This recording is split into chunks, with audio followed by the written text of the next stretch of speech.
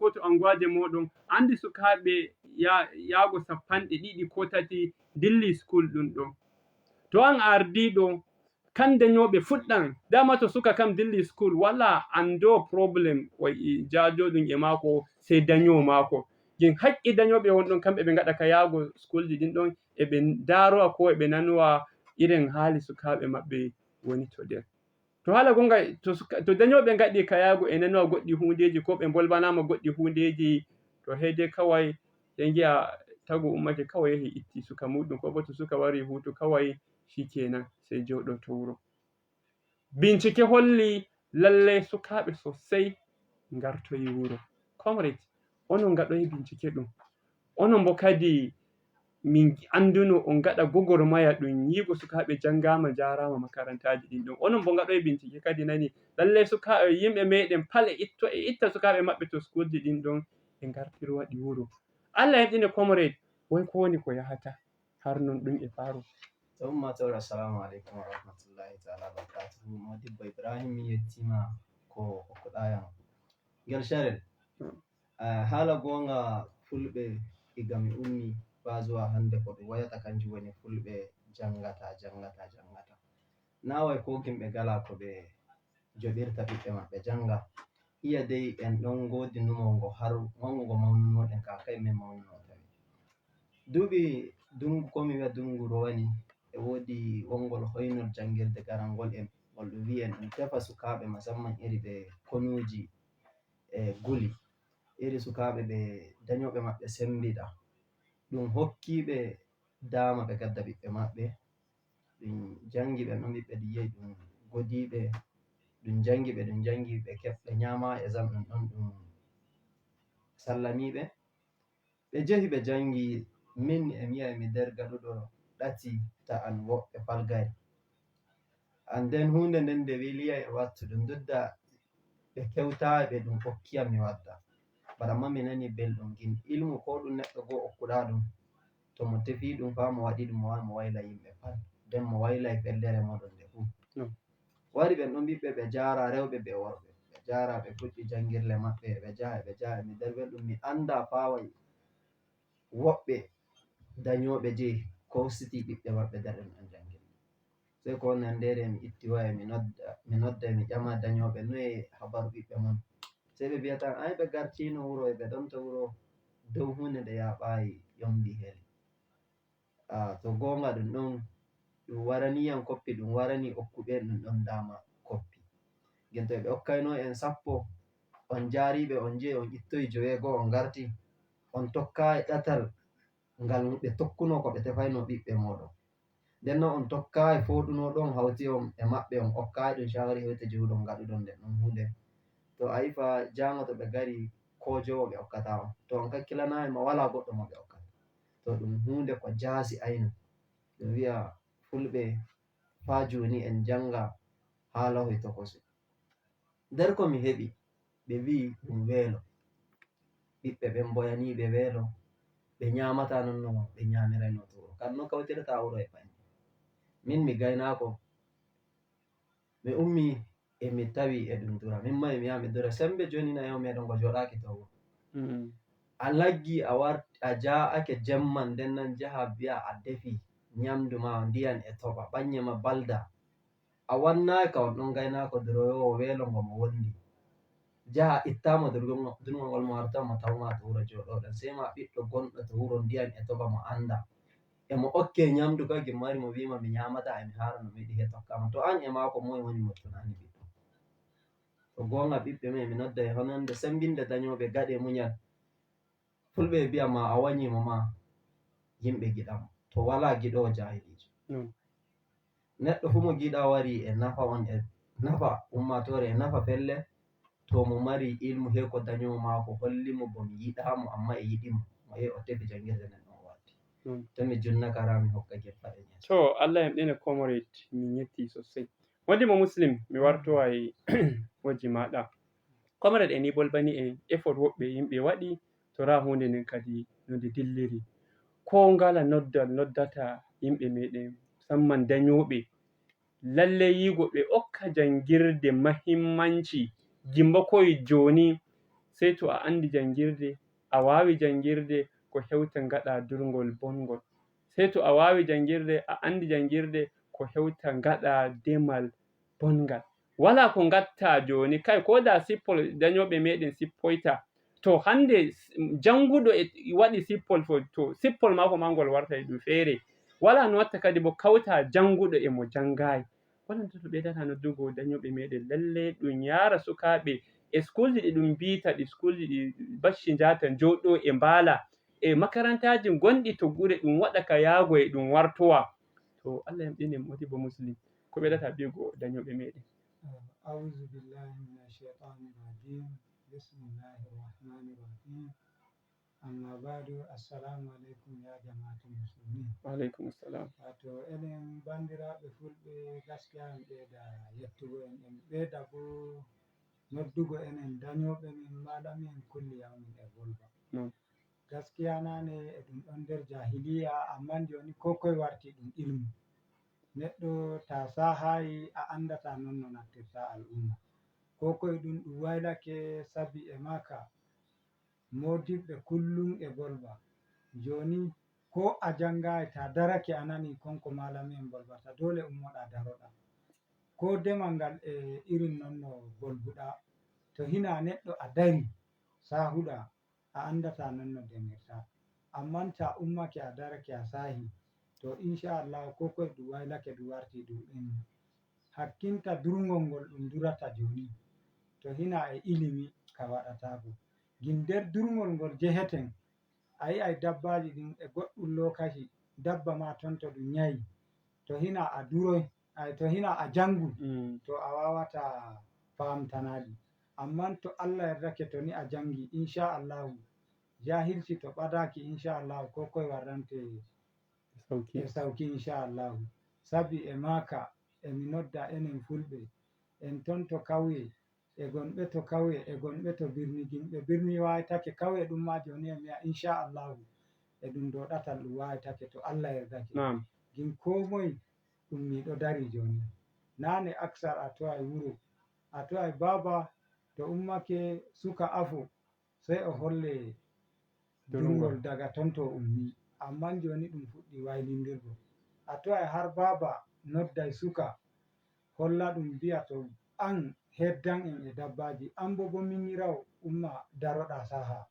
Ta sahi inchallahu kanko yaya ma mo sahayi on ɗon, to Allah yardake a famtanai mo goɗɗum.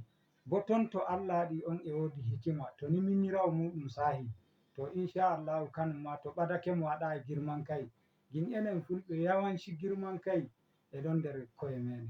Amma en ittu girman kai ɗum ɗon risen. Ko minyirawo ma garɗa towɗamo, to ta yabumo ba, ko hina minyirawo maɗa to ni bandirawo maɗa e ɗon anduɗo, gin joni har ga Allah ko ina malami en e non, ko ina inchallahu ko koye wargi ilmu e ɗon ko ina. Ta ɓadake modibbo inchallahu a sahay. To ko ɓeydami noddugo en gi Allah bo nonno an yaya amin mauɗo bolguɗa, gi Allah ɓeyden kusancako jangirde. Allah bo ɓeydanma en haɗin kai, ittindiren kiyayya, hassada itten ɗum to ɓerle men. Assalamu alaikum. Wa alaikum assalam, muslim Allah binda baraji. Comrade mi ɓeyda wartoygo dow maɗa dow ka bolbuɗa fuɗɗam. To irin ɓeya sukaɓe ko ɓe irin ɗiya duuɓi ko ɗuma class to school woni jangeteɓe to schoolji ɗini hanji bolbete. Nam to banannoro wani ɓe gaddiri dow ko ɓe sari ɓe jangata, ɓe wi yimɓe timmuɗo primary. A yidde timmuɗo primary e ɗum numi bo mo ɓuri duuɓi jowego. So ɗum wi'a mo ɗan ɗon mo hewti mo wawai mo ɗana hoore mako goɗɗum, bo mo wawai mo lotana hoore mako, mo wawai mo launana hoore mako, mo wawai mo sowna gari tam mo yara e hoore mako. So iri ɓen ɗon hamɓe ɗum yiɗi. To joni bo hikka ɗum ma ɓe ƴaɓɓaki no ɗon ɓe goni daga mo JS1 ɗum wawai ɗum hosa ɗum ya waɗa JS ha Fatima secondary mum, ɗum wawai ɗum hosa mo SS1 kanum ma ya, that is mo aji huɗu kenan ko ɗum wiyata, hanko ma o yaha o timmina jangirde mako ɗon. So ayi ɗo dai ɗum yimɓe ɗan ƴoƴuɓe den debbo e gorko, an den nan nawai jangirle ɗen ɗum hautuɓe. Rewɓe ɗon mari jangirle maɓɓe feere, rewɓe ma e ɗon mari jangirle maɓɓe feere. Ba nonno ɓe ɗum waɗani jangaɓe ɓe roni ɓe andi ɓiɓɓeji maɓɓe rewɓe to goni feere ɗon to rewɓe goni to worɓe goni feere so fa joni ɗum ɗon ɓe goni and then to mi hulayi ɗuma joni ɗo to bolweten mai miya ɗum on tama sati ƴaɓɓiɗum ɓe ɗon janga ɓe so a yi neɗɗo garɗo hokkuma e aran o tokkiti o hokkuma fuɗɗituɗon ittuɗon ɓe fuɗɗiti mo wattinoyi an tati e mo muñi e miya ko to alwala ɗum waɗata ɗum lotata bañinde ɓuri nde tati so dama warini en nde tati to en fijiri ɗum dama to nyande goo en tefay ɗum anden nyande nan ɗen goɗɗo min e huɗa e wiya way enen fulɓe ɗum hokkata en dama en turo bacci men jangille to ayni kan en fewitoto Allah ya to kamar Allah yamɗini joni ko duniya yiɗi nango woni bono min e nano e ndaro to yiɗi waɗa enrolling ko nattingo suka muɗum kambo andano sey joni nani habaru ngun ko ɓe giɗi ɓe andugo ɓe nana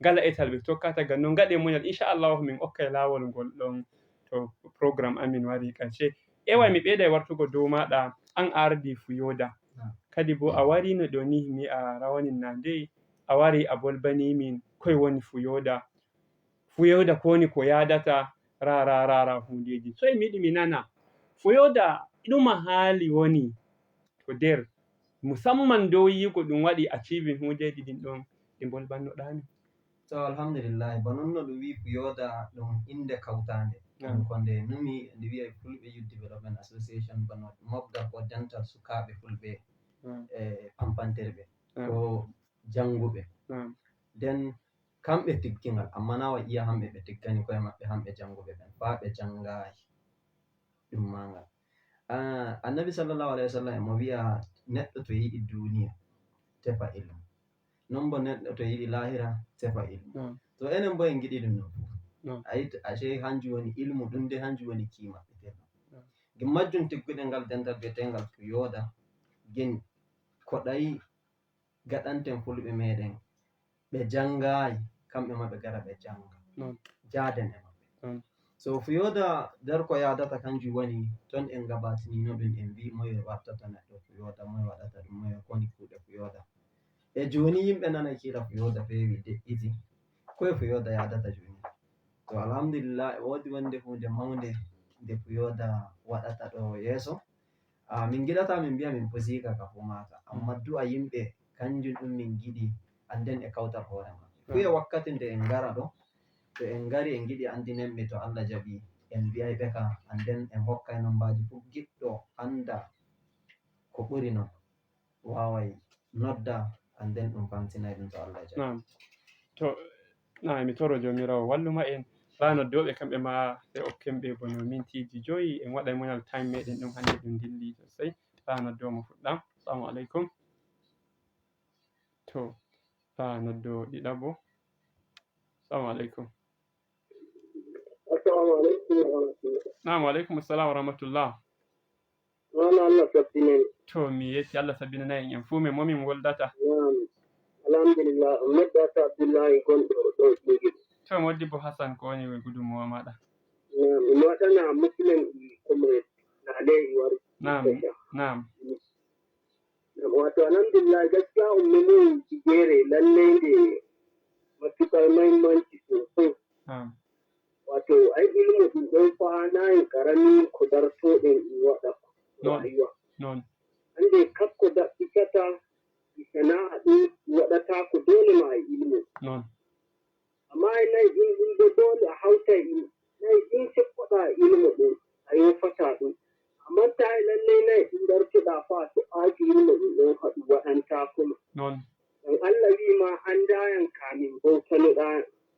To kan ji don da yanayin yi musamman matuyin ya kira da indaro suka be ta yi suka ma waɗa yanayin godi risku ya ɓamma wuya ce an da ko an ku je gutu mama Allah ta kano alheri Allah ya amin to modibo Hassan wonta ɗo ranar do mo yeso na'am assalamu alaikum wa alaikum assalam jam Allah yamɗine momin boldata bolta e nuhu sa'id gondo ɗo zallakiya kanaji To Nuhu ya kanaji jaɓɓama ko wani shawari maɗa? gaskiya min mi waɗi mamaki ma ko mi nani o dañoɓe har ɗaɓnene ɗo rantanta leydi ni e ciya fuu sabo e ciya ilimi meɗen Non. amma har ɗum o ciyan ɗum dama goɓɓe dañoɓe giya itta ɓiɓɓe mum ɓe makarantaji Non. gaskiya hunde ɗum hokkiyan mamaki Non. sabo e noon mi waɗa kokari adi noddoto maɓɓe ɓe gaɗa kokari ɓe bisa sukaɓe ɓe Non. sabo e gaskiya joni ko jiiɗa fufto duniya ɗum tana a ilimi a waddinayi ɗimma a wala ilimi gaskiya feere lokaci goo goɗɗo arta waɗanma goɗɗum warta ɗum yamamana e ɗimma gaba ɗaya maji ko rebbi maji Sosai ma. sabo e noon ya kamata gaɗen karatu jangirde nasuwa. Na'am. Allah wallu tumani. Amin modibbo Nuhu, Allah binda baraji ra noddowo mo yeso kadi. Assalamu alaikum. Assalamu alaikum. Na'am, alaikum assalam. Nalumo na kugo na nauro. To Allah yettama momin woldata. Sunana Ibrahim Bagobri ne mu daga cikin garin Narkuta. Yawa dama ai dai to mutan Narkuta ya ayyuka. Alhamdulillah gaskiya muna jin daɗin shirin nan naku duk da dai ba mu jin fulatanci na kan da Hausa Fulani aiki abu ɗaya ne. Wannan haka yake. Duk lokacin da ake shirin nan muke saurare. Wannan gaskiya ne. Na ji ana magana akan makaranta to Allah ya taimaka Allah ya ƙara ɗaukaka dukkan wani masoyi wannan shiri da dukkan al'umma. Amin ya Allah. Amin. Allah Ibrahim Allah ya saka da alkhairi. To en jangay noddo daɓɓe ƙarshe mi warto dow maɗa Muslim. Na'am. Assalamu alaikum. Alaikum assalam. Na'am, momin boldata? Mi hola hoɓɓe, min bolda e Umar daga Jigge. To modibbo Umar, jaɓɓama ko woni shawari maɗa? Mi inna misile e on ɗon Sabres hasanoɓe boɗɗum. Na'am, ɓe nanma. Gaskiya ɗum mawdu'i meɗen gaskiya mawdu'i boɗɗum woni ɗo. Non. Dama Shehu Usman wi en jangen ɗuren ene amma enen fulɓe kadi miɗo gati abu ɗaya ɗum en joofi to woni ɗum ma. Non. To kanjum ɗum mino totta en heɓi fulɓe heɓtigire jande e dara ɗo ko Shehu Usman tan hoto wiyen e dara tan hoɗen dow majjum. Non. Allah taimako en Allah tijjana asiri. Amin Umar min godake sosai. To sai noddowo mo ƙarshe ɗum moy hangen ɗum moy wonta ɗo. Assalamu alaikum. Amin alaikum assalam wa rahmatullah. To Allah yamɗine ɗum moy. Yadda e rini daga Jinge. To jaɓɓama mawɗo ko woni shawari maɗa? Gaskiya shawari an min ko nokkata tsokaci e majjum. Na'am. Ko hikka ɗum ƙungiya burkoyiɗi jangirde reede meɗen. Non. Gaskiya an mi tokkiti wa'azi majjum ri mahimmanci majjum sosai 100%. Non. Saboda majjum ya kamata enen fulɓe wala ko andi en banda en ɗaɓɓita ilmu en ɗaɓɓita janga en jura en rema. Non. Yawwa to enen ko ɓurduɗen lugga diida en ɓe wonnon. Non. To min emi toro de Allah waɗa mawɓe meɗen toɓɓa sukaaɓe makarantuji e durngol demal hollita kowa heɓa sana'a yi. Non. En waɗa addu'a ummoɗon jam tago. To min godake sosai. So halanma schools ji ɗin ɗon min okkay namba inchallahu kab goɗɗo giɗɗo goɗɗum bayani dow schools ji ɗin ɗon so nodda min amma fuɗɗam ko min giɗi woni ko ndeya anguwari ɓe njaha ɓe ndaara ɓe fuɗɗa kimsago ɓe fuɗɗa shiryago. Muslim mi wartowa to maɗa a wondi rebi minti ko woni noddol noddata joni a gurguje. Alhamdulillah gaskiya do ilmu min amma kusan inshallah mi ɓeyda foɗugo hakkilo al'umma gi Allah kowa to daro daɗe